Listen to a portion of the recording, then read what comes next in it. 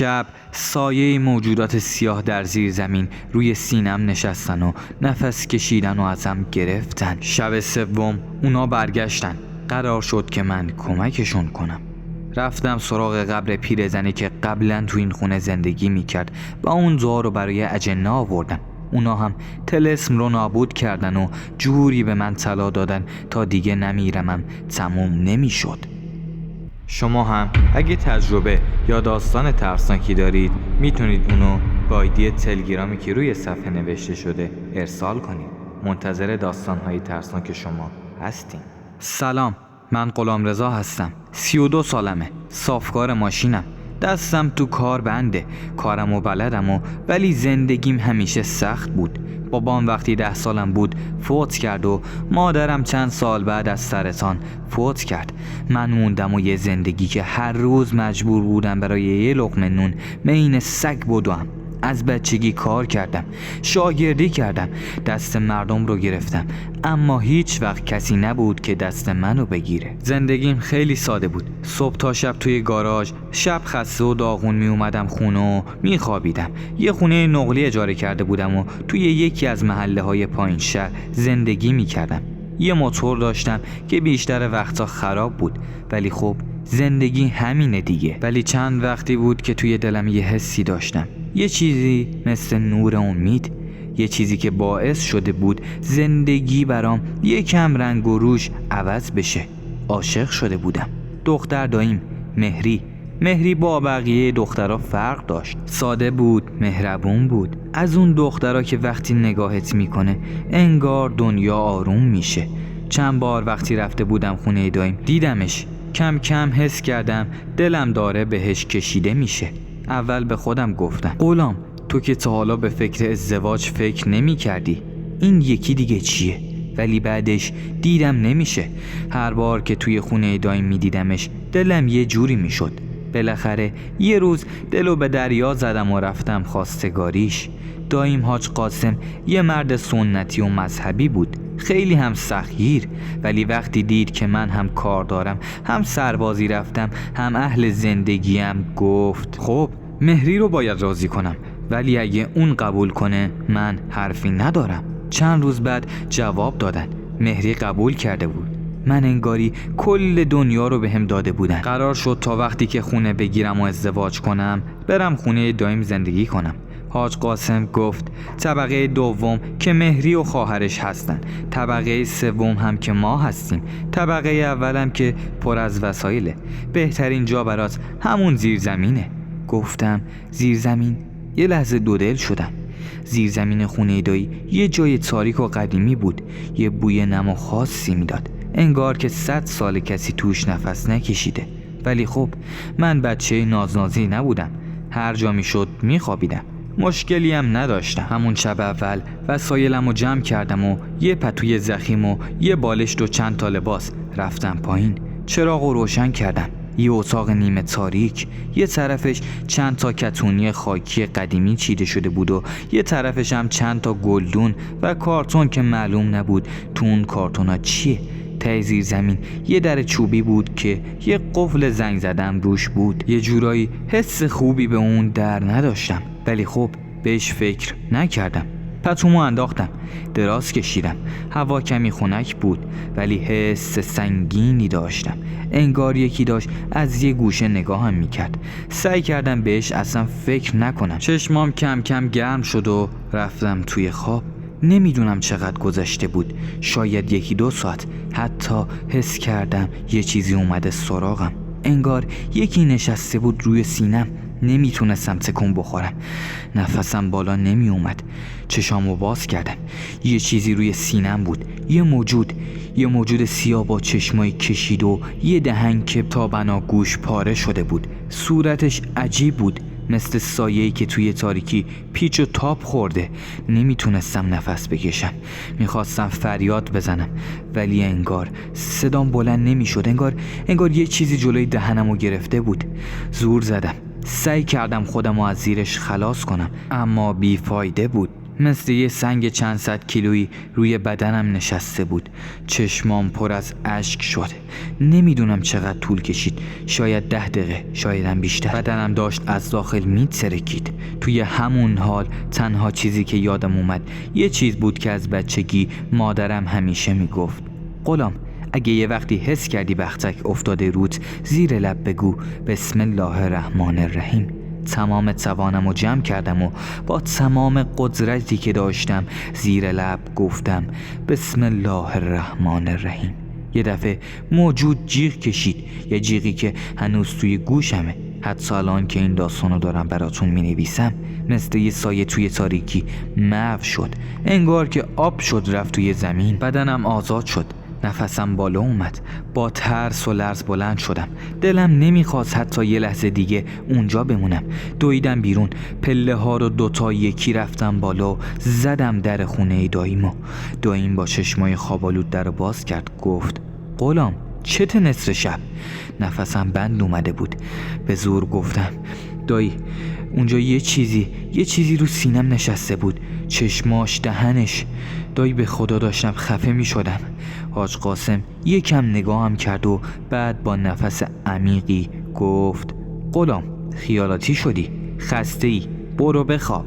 باور نمی کرد، یا شایدم نمیخواست باور کنه.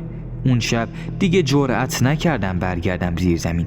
گوشه حال نشستم و زانوامو بغل کردم و تا صبح چشمامو رو هم نذاشتم. صبح که شد بدنم خسته بود، ولی باید میرفتم سر کار. دایی حاج قاسم وقتی دید رنگ و صورت ندارم با همون لحن همیشگیش گفت: غلام، تو جوونی، مردی، زشته اینقدر ترسو باشی. یه خواب بوده، یه خیال بوده، شلوغش نکن. من هیچی نگفتم. نمیدونم واقعا باور نداشت یا میخواست قضیه رو جدی نگیره. شایدم یه چیزی میدونست و نمیخواست به روی خودش بیاره. هرچی بود ترجیح دادم دیگه حرفی نزنم. رفتم گاراژ. چند تا ماشین برای صافکاری داشتم. خودم رو انداختم توی کار که شاید اون حس از سرم بیفته. ولی حتی وقتی مشغول کار بودم توی ذهنم اون لحظه رو مدام تکرار میکردم. اون هوا، اون فضا، اون موجود، اون صورت، اون دهن و چشم. نزدیکای عصر وقتی داشتم یه کاپوت رو صاف میکردم، یکی از شاگردام با خنده گفت: آقا غلام، چت امروز؟ انگاری که از قبر درت آوردن. سرمو بلند کردم. یه لحظه دودل شدم که بگم یا نه، ولی ته دلم نیاز داشتم با یکی حرف بزنم. بهش گفتم: تو تا حالا بختک افتاده روت؟ لبخند از لبش رفت. یکم جدی شد. گفت: چی شده؟ شب چیزی دیدی؟ من کل قضیه رو گفتم. اونم یکم سکوت کرد و بعد آروم گفت: آقا غلام، این چیزا بی دلیل اتفاق نمیفته، مخصوصا اگه یه جا چند بار تکرار بشه. حرفش توی گوشم موند. اگه تکرار بشه. شب که دوباره برگشتم خونه دایی، توی دلم با خودم کلنجار میرفتم که نرم توی زیر زمین بخوابم. ولی اگه میگفتم میترسم، داییم فکر میکرد که بچم. غرورم اجازه نمیداد. یه ساعت با مهری و زندایی حرف زدم و سعی کردم فکرمو از اون اتفاق دور کنم. شام خوردیم و ساعت حدود 12 شد و مهری با لبخند گفت: غلام، امشب دیگه نری زیر زمین، بمون توی حال بخواب. زندایی یه نگاه به حاج قاسم کرد، انگار که منتظر تاییدش باشه، ولی دایی اخم کرد و گفت: مرد که از یه خواب نمیترسه. غلام، برو همونجا بخواب، چیزی نیست. غرور لعنتی باعث شد لبخند زورکی بزنم و بگم: نه بابا، ترس چیه؟ میرم، چیزی نیست. ولی توی دلم قوقا شد.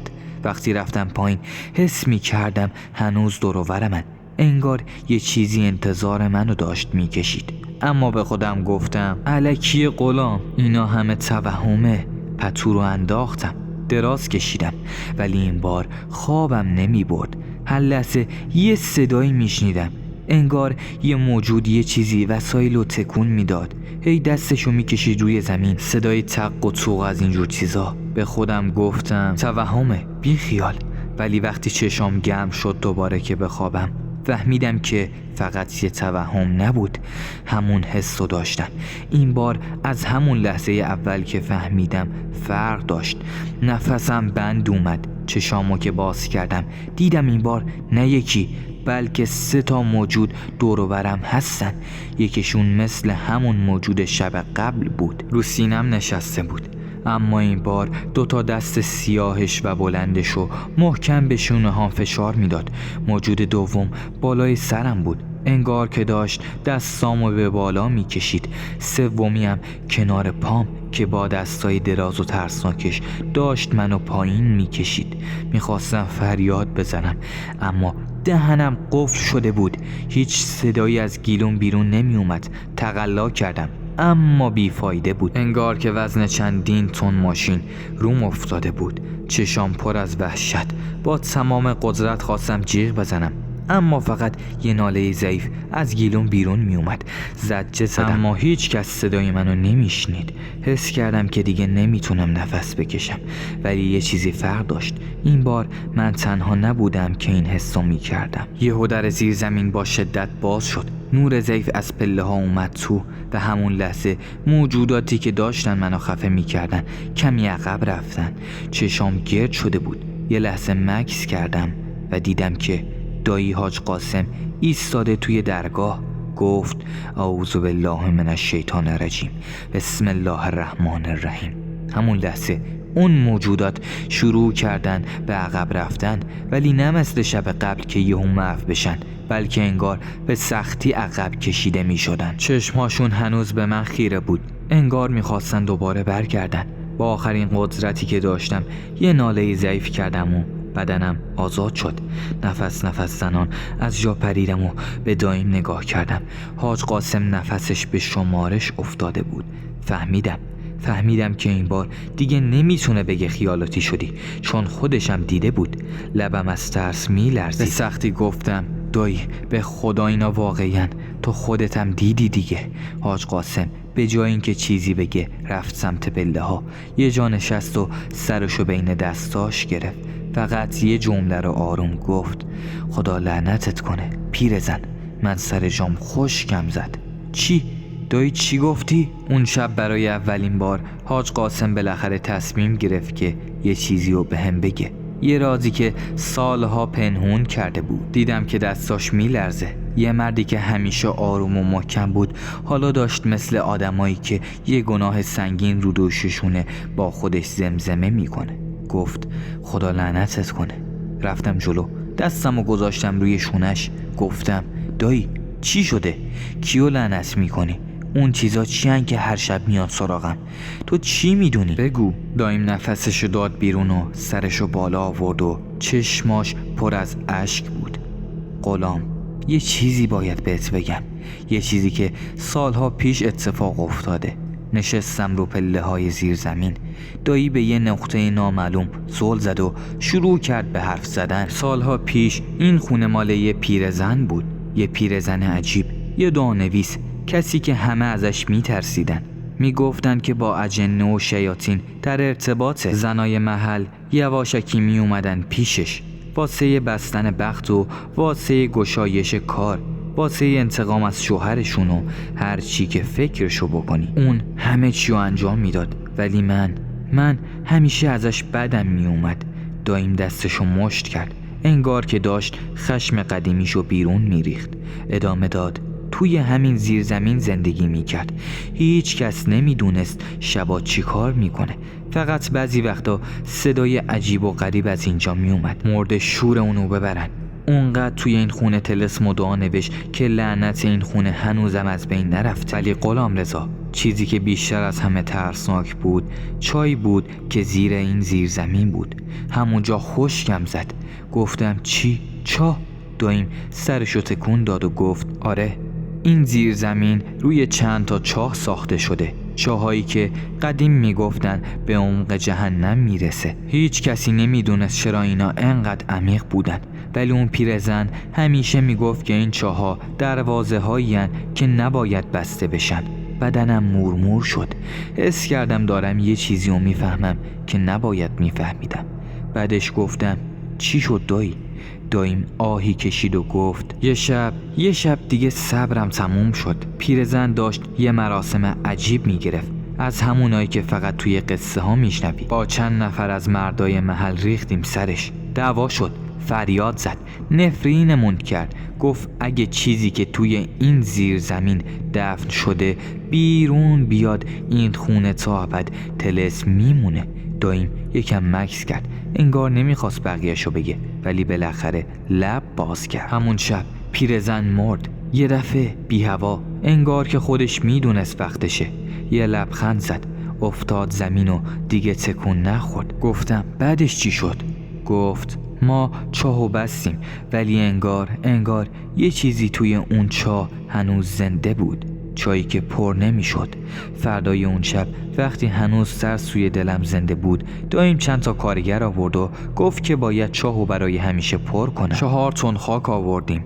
مردا با بیل شروع کردن به ریختن خاک توی چاه، ولی یه چیزی عجیب بود. کارگرا به داییم گفتن حاج قاسم، خاکا دارن ناپدید میشن، هرچی خاک میریزیم چاه پر نمیشه. انگار که یه چیزی داشت اون پایین خاکا رو میبلعید، یه حفره سیاه، یه چیزی که هیچ پایانی نداشت. داییم یکم عقب رفت، رنگش پریده بود. با صدای لرزون گفت خدا به خیر کنه، این چاه هنوز زنده است. یکی از کارگرا با ترس گفت حاجی این دیگه چیه؟ دایی یه لحظه به فکر فرو رفت و گفت باید صبر کنیم، امشب ببینیم چه خبره. اون شب بازم رفتم زیر زمین. میدونستم اگه نرم شاید هیچ وقت نفهمم که این ماجرا قراره به کجا برسه، ولی ته دلم میدونستم که قراره از این بد سرم بشه. دراز کشیدم و پتو رو انداختم روی خودم، ولی نخوابیدم، فقط منتظر بودم. ساعت که از نیمه شب گذشت هوا تغییر کرد، انگار که قرار بود طوفان بیاد. بعدش اونا اومدن. این بار 10 نفر بودن، 10 تا موجود سیاه. 3 تاشون روی سینم پریدن، بالا پایین میپریدن، انگار داشتن وزنشون رو بیشتر میکردن. نفسم بند اومده بود، چشام پر از خون شده بود. بقیه‌شون هم اطراف اتاق پخش شده بودن ولی فرق این بار چی بود؟ اونا داشتن دنبال چیزی میگشتن. اون موجودات، اون اجنه ها همه جا رو به هم ریختن. کارتون ها، گونیای خاک، همه چیزو میخواستن یه چیزی رو پیدا کنن. با آخرین زورم لبامو تکون دادم و گفتم چی از جون من میخواین؟ اون 3 تا یهو از سینم کنار رفتن، انگار که از حرفم جا خورده باشن. یکیشون که از همه ترسناکتر بود با صدای گرفته و خفه گفت طلسم ما تو این خونه است. پیرزن ما را زندانی کرد، ما دنبال آزادی هستیم. وحشت توی وجودم رخنه کرد. طلسمتون؟ موجودات با صدای وحشتناک گفتن بله، پیرزن یه دعا نوشته، ما رو اسیر این خونه کرده، باید اونو پیدا کنیم و نابودش کنیم. حالا حقیقت رو فهمیده بودم. اینا نیومده بودن که فقط من آزار بدن، اونا یه چیزی رو میخواستن، یه چیزی که پیرزن سالها پیش مخفی کرده بود. نفسم هنوز بالا نمی اومد. گفتم اگه کمکتون کنم ولم میکنین؟ موجودا سرشون رو تکون دادن و گفتن نه تنها که ولت میکنیم، بلکه بهت چیزی میدیم که تا آخر عمرت تموم نشه، پول، ثروت، گنج. تعجب کردم. اونا یه چیزی داشتن که میتونستن زندگی منو تغییر بدن، ولی در عوض من باید یه طلسم 1000 ساله رو پیدا میکردم. طلسمی که توی قبر اون پیرزن دفن شده بود. اون شب بعد از اینکه اجنه ها ناپدید شدن، یه گوشه زیر زمین نشستم و به حرفشون فکر کردم. از وقتی پامو تو این خونه گذاشته بودم کابوس پشت کابوس سراغم می اومد. اما حالا دیگه مطمئن بودم که اونا فقط یه سری بختک نبودن، یه مشت توهم و خیالات شبونه نبودن. یه رازی تو این خونه دفن شده بود، یه طلسم که باید از بین میرفت. صبح که شد رفتم سراغ دایی. حاجی نشسته بود توی حال، تسبیح دستش بود، ولی معلوم بود خواب به چشماش نیومده. رفتم جلو، آروم گفتم دایی اون پیرزن کجا دفن شده؟ حاج قاسم یه لحظه جا خورد، بعد با اخم نگاهم کرد. گفت چرا میپرسی غلام؟ نگاهش جدی بود، ولی من تصمیم گرفته بودم که به اونا کمک کنم. به داییم گفتم باید بدونی دایی، اجنه برگشتن، دوباره اومدن، این بار با هم حرف زدن. گفتن پیرزن یه طلسم نوشته و توی خونه قایم کرده، ولی نتونستم پیداش کنم. حالا که فکر میکنم شاید تو قبرش باشه. حاج قاسم رنگش پرید، یه لحظه ساکت شد، بعدش با صدای گرفته گفت قبرستون قدیمیه، تو ته شهره، همون جایی که دیگه هیچ کس سمتش نمیره. همینو که ادامه داد گفتم باشه. بلند شدم و باید یه کاری میکردم. نمیتونستم تا آخر عمرم هر شب خفه بشم و له بشم زیر دست و پای این موجودات. ولی قبلش دایم با نگرانی گفت غلام نری اونجا، این کار خطرناکه. اون پیرزن شوخی بردار نبود، ولی من دیگه راهمو انتخاب کرده بودم. اون پیرزنم مرده بود. همون شب وقتی هوا تاریک شد موتورمو برداشتم و زدم به جاده. قبرستون قدیمی، یه جایی که فراموش شده بود. سنگ قبرای شکسته داشت، درختای خشک شده و صدای زوزه باد. حتی دیگه هیچ کس اونجا مرده دفن نمی کرد. چراغ قوامو روشن کردم، از موتورم پیاده شدم و بین قبرها راه رفتم. دایم یه توصیف کلی از قبرش داده بود، ولی هیچ نشونه و مشخصاتی نداشت. تا اینکه بعد از حدود 1 ساعت یه سنگ قبر دیدم که روش یه علامت عجیب حک شده بود، یه ستاره 5 پر، علامت شیطانی. فهمیدم که خودشه. سری دویدم رفتم بیل آوردم. نفس عمیقی کشیدم و شروع کردم به کندن خاک. دستام عرق کرده بود، انگشتام میلرزید، ولی ادامه دادم. چند دقیقه بعد بیل خورد به یه چیز سفت، یه تیکه چرم که لای انگشتای اسکلت مونده بود. طلسم. چرم رو گرفتم و آروم کشیدمش بیرون. روش پر از خطوط عجیب و غریب بود. این همون چیزی بود که اجنه دنبالش بودن. سری بیلو برداشتم و سوار موتورم شدم و برگشتم خونه. وقتی رسیدم خونه زیر زمین پر از سایه بود. اون اجنه ها منتظرم بودن. چشمای کشیدشون توی تاریکی برق میزد. دستم میلرزید، ولی دعا رو از جیبم در آوردم.